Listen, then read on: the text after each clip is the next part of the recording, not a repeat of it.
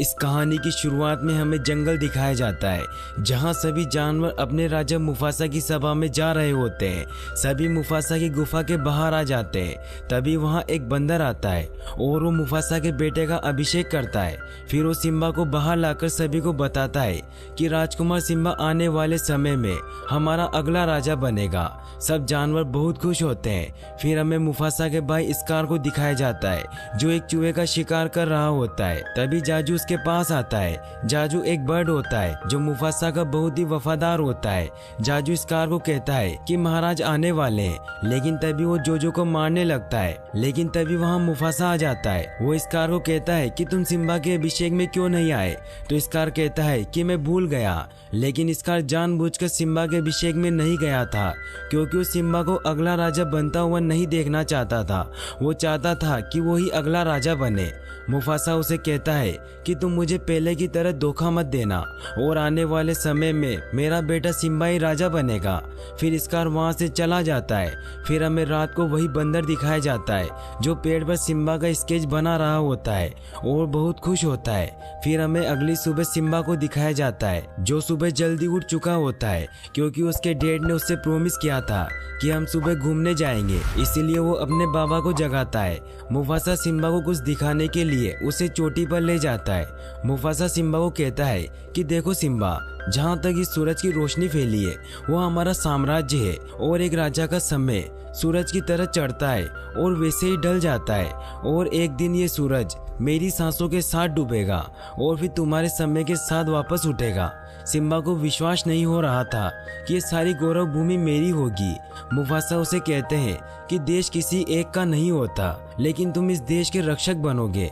Simba कहता है कि जब मैं राजा बनूंगा, जब ये पहाड़, तालाब, काली घाटी सब पर मेरा राज होगा। मुफासा उसे कहता है कि तुम काली घाटी कभी नहीं जाओगे। लेकिन सिम्बा कहता है कि राजा तो कहीं भी जा सकता है, कुछ भी ले सकता है।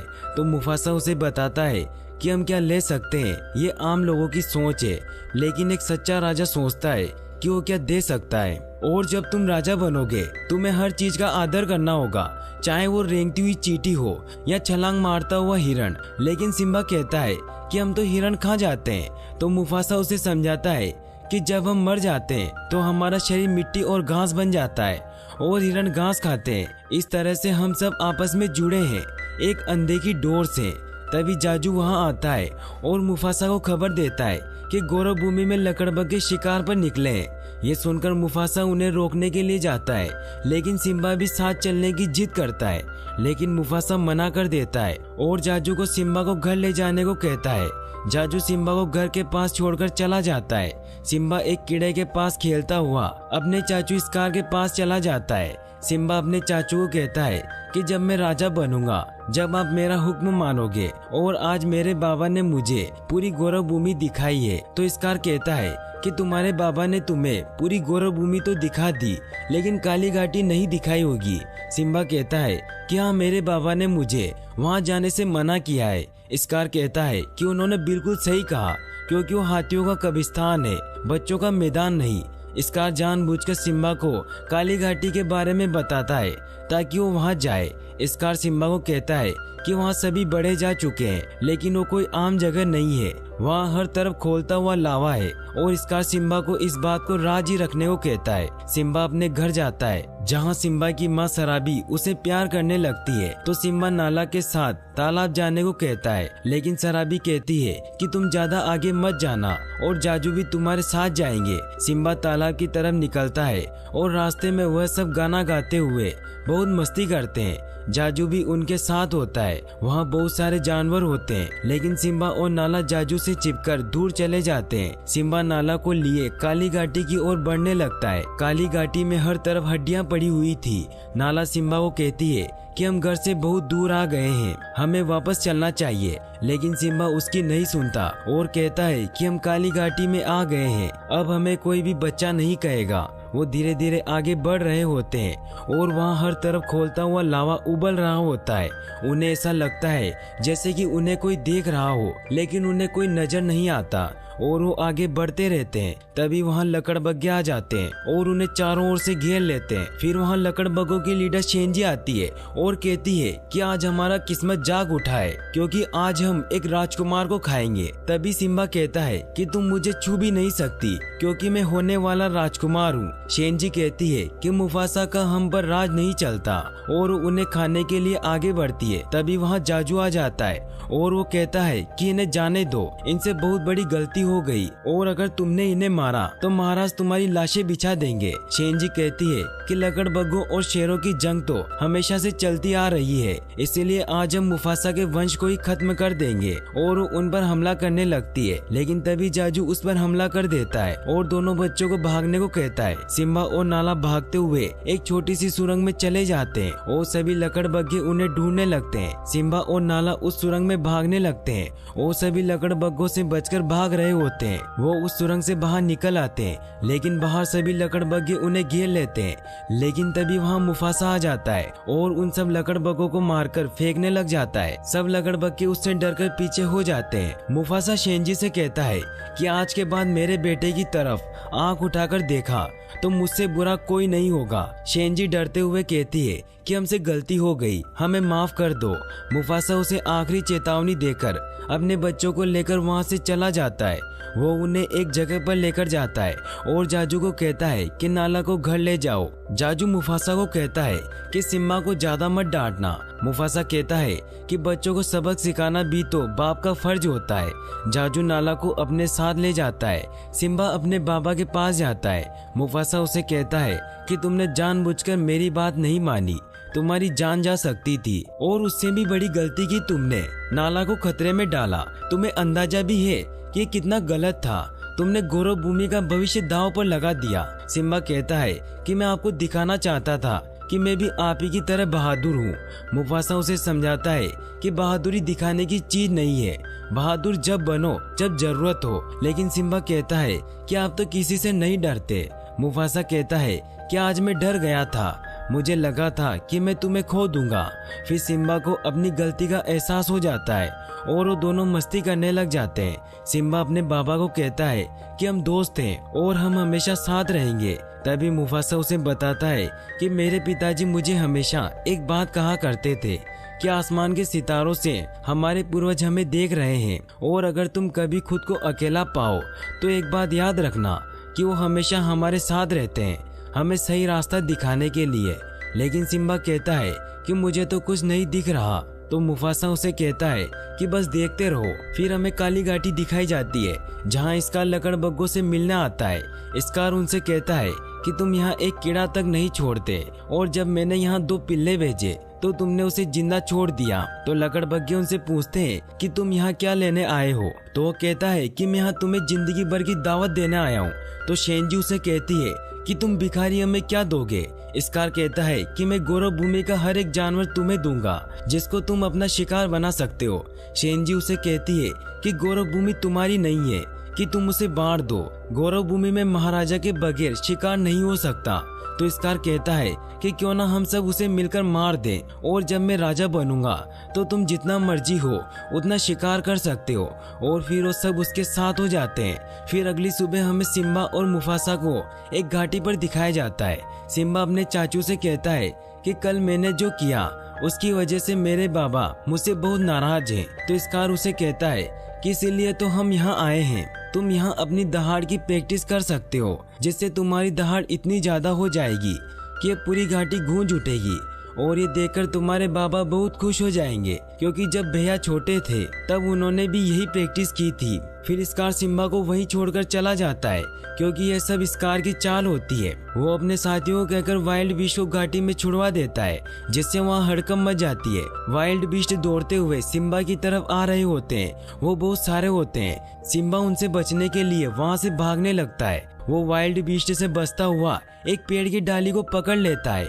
वहीं स्कार अपने प्लान को पूरा करने के लिए मुफासा के पास जाता है और कहता है कि घाटी में हड़कंप मच गई है और सिम्बा वहीं है।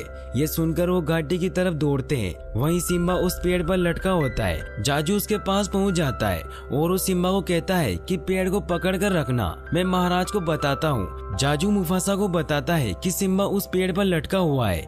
मुफासा उस घाटी से उतरकर सिम्बा के पास जाने लगता है। वहीं स्कार जाजू को कहता है कि मैं महाराज की मदद करता हूँ, तुम जाकर सेना बुलाकर ले आओ। मुफासा सिम्बा को बचाकर उसे ऊपर पत्थर पर रख देता है, लेकिन इतने में वाइल्ड बीस्ट उस पर अटैक कर देते हैं, उसे अपने साथ ले जाते हैं। सिम्बा बहुत घबरा जाता है, लेकिन तभी मुफासा छलांग लगाता हुआ ऊपर आता है और अपने पंजों की मदद से पहाड़ पर सीधा ही चढ़ने लगता है। वो ऊपर तक पहुंच जाता है, लेकिन तभी वहां स्कार आ जाता है और उस पर हमला करके उसे नीचे फेंक देता है। सिम्बा वहां नीचे होता है, इसीलिए उसे कुछ दिखाई नहीं देता, बस उसे अपने बाबा गिरते हुए नजर आते हैं। सिम्बा अपने बाबा के पास जाता है। वो अपने बाबा को उठाने की कोशिश करता है, लेकिन वो नहीं उठते। सिम्बा को कुछ समझ नहीं आ रहा होता, वो काफी परेशान होता है। वो मदद के लिए आवाज भी लगाता है, लेकिन उसकी पुकार कोई नहीं सुनता। वो अपने बाबा के पास जाता है और गोद में सो जाता है। तभी वहाँ स्कार आता है और ऐसे बिहेव करता है जैसे उसने कुछ किया ही नहीं हो। वो सिम्बा से कहता है कि तुमने क्या किया, तुम्हारी वजह से महाराज अब इस दुनिया में नहीं रहे। तुम्हारे बाबा को तुमसे कितनी उम्मीद थी, उन्होंने तुम्हें कितने लाड प्यार से पाला था और तुमने उन्हें ये सिला दिया। सिम्बा कहता है कि मुझे नहीं पता था कि ऐसा होगा। स्कार कहता है तुम्हारी माँ क्या सोचेगी कि उसके बेटे ने ही उसके बाबा की जान ले ली। सिम्बा स्कार से पूछता है कि अब मैं क्या करूं। स्कार सिम्बा को कहता है भागो, भाग जाओ और कभी लौटकर वापस मत आना। सिम्बा वहाँ से भागने लगता है, लेकिन स्कार सिम्बा को भी रास्ते से हटाने के लिए लकड़बग्गों को उसे मारने भेजता है। लकड़बग्गे सिम्बा के पीछे पड़ जाते हैं। सिम्बा उनसे बचकर भाग रहा होता है। वो ऊपर चोटी पर चढ़ जाता है, लेकिन तभी रास्ता खत्म हो जाता है और वो चोटी से फिसलकर नीचे गिरने लगता है। लकड़बग्गे वहाँ आते हैं और उनको लगता है कि सिम्बा नीचे गिरकर मर गया है और वो वहाँ से चले जाते हैं, लेकिन सिम्बा जिंदा होता है। वो उस पेड़ के नीचे बैठा होता है। सिम्बा घोरों भूमि छोड़कर जा रहा होता है। वहीं स्कार वापस पहुंचकर सभी को बताता है कि मुफासा और सिम्बा इस दुनिया में नहीं रहे और सबके सामने ऐसे बिहेव करता है जैसे उसे मुफासा की मौत का बहुत अफसोस हो। वो उन्हें कहता है कि काश मैं घाटी में वक्त पर पहुंच जाता तो शायद मैं भैया की जान बचा लेता। और फिर स्कार खुद को गौरव भूमि का राजा घोषित करता है और सभी लकड़बग्गों को भी वहाँ बुला लेता है। फिर हमें मंकी और जाजू को दिखाया जाता है, जो भी ये सब देख रहे होते हैं और उन्हें भी लगता है कि सिम्बा मर गया है। फिर हमें सिम्बा को दिखाया जाता है जो गौरव भूमि से बहुत दूर आ चुका होता है। वो धीरे धीरे आगे बढ़ रहा होता है और वो रेगिस्तान के बीच में जाकर सो जाता है। तभी वहाँ बहुत सारे गिद्ध सिम्बा को मारने के लिए आ जाते हैं। तभी एक जानवर भागता हुआ आता है और सिम्बा को बचा लेता है। उसका नाम पुम्बा होता है और उसके साथ उसका एक दोस्त भी होता है जिसका नाम टिमोन होता है। वो दोनों बहुत फनी होते हैं। टिमोन को जब पता चलता है कि शेर का बच्चा है तो वो डरकर छिप जाते हैं। तो पुम्बा उसे समझाता है कि ये तो अभी बच्चा है, इसीलिए क्यों ना हम इसको पाल लें। जब ये बड़ा होगा तब ये हमारी टीम में होगा और फिर हमारी टीम बहुत ही खतरनाक बन जाएगी। ये सोचकर वो दोनों बहुत खुश होते हैं। सिम्बा उड़ जाता है तो वो दोनों उसे बताते हैं कि हम दोनों ने अपनी जान पर खेलकर गिद्धों से तुम्हें बचाया है। लेकिन सिम्बा कहता है कि क्या फर्क पड़ता है। ये सुनकर वो दोनों उससे पूछते हैं कि तुम्हें किस बात की टेंशन है। तो सिम्बा उन्हें कहता है कि मुझसे बहुत बड़ी गलती हो गई है। तो वो कहते हैं कि गलती किससे नहीं होती, गलती तो सबसे होती है, इसीलिए टेंशन नहीं लेने का और हमेशा खुश रहने का। और फिर वो दोनों सिम्बा को अपने साथ अपने घर ले जाते हैं। वो बहुत ही खूबसूरत जंगल होता है। वो तीनों गाना गाते हुए जा रहे होते हैं और अब सिम्बा भी टेंशन छोड़कर उनके साथ खुश हो जाता है। फिर वो दोनों सिम्बा को सबसे मिलवाते हैं। सब सिम्बा को देखकर डर जाते हैं और कहते हैं तुम शेर के बच्चे को यहाँ क्यों ले आए। सिम्बा कहता है मुझे बहुत भूख लगी है, मैं पूरा हिरण खा सकता हूँ। ये सुनकर सभी जानवर डर जाते हैं। तो पुम्बा और टिमोन उसे समझाते हैं कि अगर तुम्हें हमारे साथ रहना है तो हमारी तरह का खाना खाना होगा। फिर वो दोनों उसे एक पुरानी लकड़ी के पास ले जाते हैं और उसे तोड़ते हैं तो उसमें से बहुत सारे कीड़े निकलते हैं। सब उन कीड़ों को खाने लग जाते हैं। फिर टिमोन सिम्बा को भी कीड़े खिलाता है। अब धीरे धीरे वक्त गुजरता जाता है और सिम्बा बड़ा हो जाता है और अब भी वो तीनों बहुत अच्छे दोस्त होते हैं और साथ में बहुत खुश रहते हैं। फिर हमें गौरव भूमि दिखाई जाती है जो पूरी तरह से बदल चुकी है। अब लकड़बग्घे खुले आम दूसरे जानवरों का शिकार कर रहे हैं क्योंकि अब स्कार उनके साथ है। नाला ये सब देखकर बहुत परेशान हो चुकी होती है।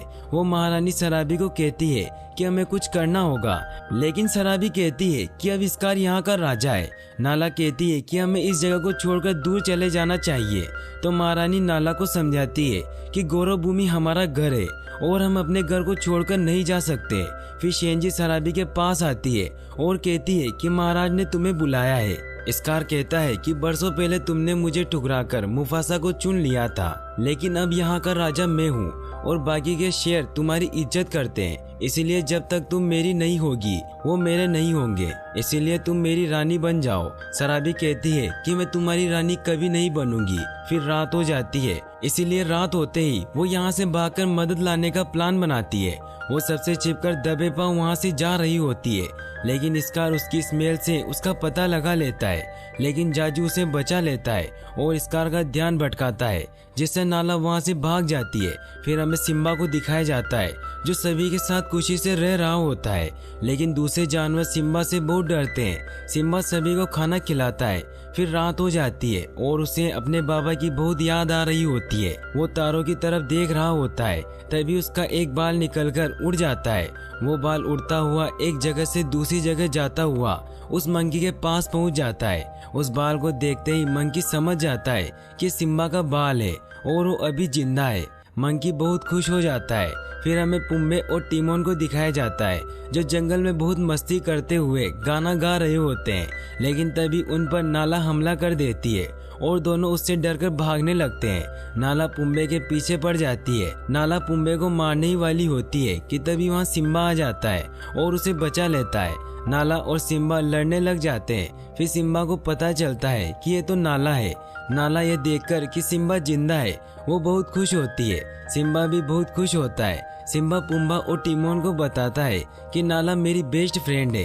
सिम्बा नाला को कहता है ये जगह बहुत अच्छी है, यहाँ तुम्हें जो चाहिए तुम्हें वो मिलेगा। नाला सिम्बा को कहती है कि हमें गौरव भूमि वापस जाना होगा क्योंकि स्कार ने लकड़बग्घों के साथ मिलकर सेना बना ली है, इसीलिए तुम्हें वापस आना होगा क्योंकि तुम ही हमारे राजा हो। सिम्बा वापस चलने के लिए मना कर देता है और वो नाला को भी यही रुकने का कहता है, लेकिन नाला मना कर देती है। फिर भी सिम्बा उसे घुमाने के लिए ले जाता है। नाला को भी वो जगह बहुत पसंद आती है क्योंकि वो जगह बहुत खूबसूरत होती है। नाला और सिम्बा दोनों मस्ती करने लग जाते हैं। सिम्बा उसे सभी जगह घुमाता है और दोनों को एक दूसरे से प्यार हो जाता है। नाला सिम्बा को पूछती है कि अगर तुम जिंदा हो तो तुम इतने सालों से घर वापस क्यों नहीं आए, हमें तुम्हारी सख्त जरूरत है। तो सिम्बा कहता है कि सब ठीक ही तो है, मेरी जरूरत किसी को नहीं है। नाला कहती है कि तुम राजा हो और स्कार ने पूरी गौरव भूमि तबाह कर दी है और अब ना तो वहाँ खाना बचा है और ना ही पानी। सिम्बा कहता है कि मैं किसी के लिए कुछ नहीं कर सकता, लेकिन नाला उससे कहती है कि तुम अपनी माँ के लिए भी वापस नहीं चलोगे। लेकिन सिम्बा कहता है कि मैं कुछ नहीं कर सकता क्योंकि कुछ ना कुछ बुरा तो होता ही रहता है। नाला कहती है कि मैं यहाँ मदद के लिए आई थी, लेकिन ये मेरी सबसे बड़ी गलती थी कि मैंने तुमसे मदद मांगी, इसलिए अब मैं यहाँ से जा रही हूँ। नाला वहाँ से चली जाती है। सिम्बा काफी उदास हो जाता है, उसे नाला की बातों का बहुत बुरा लगता है। तभी वो मंकी सिम्बा को ढूंढते हुए वहाँ आ जाता है। वो सिम्बा से पूछता है कि तुम कौन हो, तो सिम्बा कहता है कि मैं कुछ नहीं हूँ। फिर वो कहता है कि जो कुछ नहीं होते वो बहुत ही खास होते हैं। सिम्बा कहता है कि आप तो कुछ नहीं जानते।